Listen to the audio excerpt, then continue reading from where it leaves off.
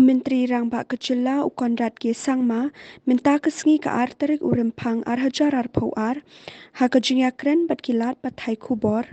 ula pentip bagi pulit kila yo ban kem ya baroh ki badon kti ha jingpynbthei bom kabalaja ha Khyndai Lad ha jan miet jongkalai pau tarik ukla lingkon hajar pawar. We also would like to inform all of you also that all the people who have been involved in the recent IED blast that took place, all the people have been arrested, and investigation is on, and we will be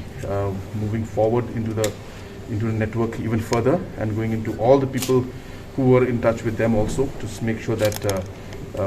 we dig into this deep and get hold of all the people who could possibly have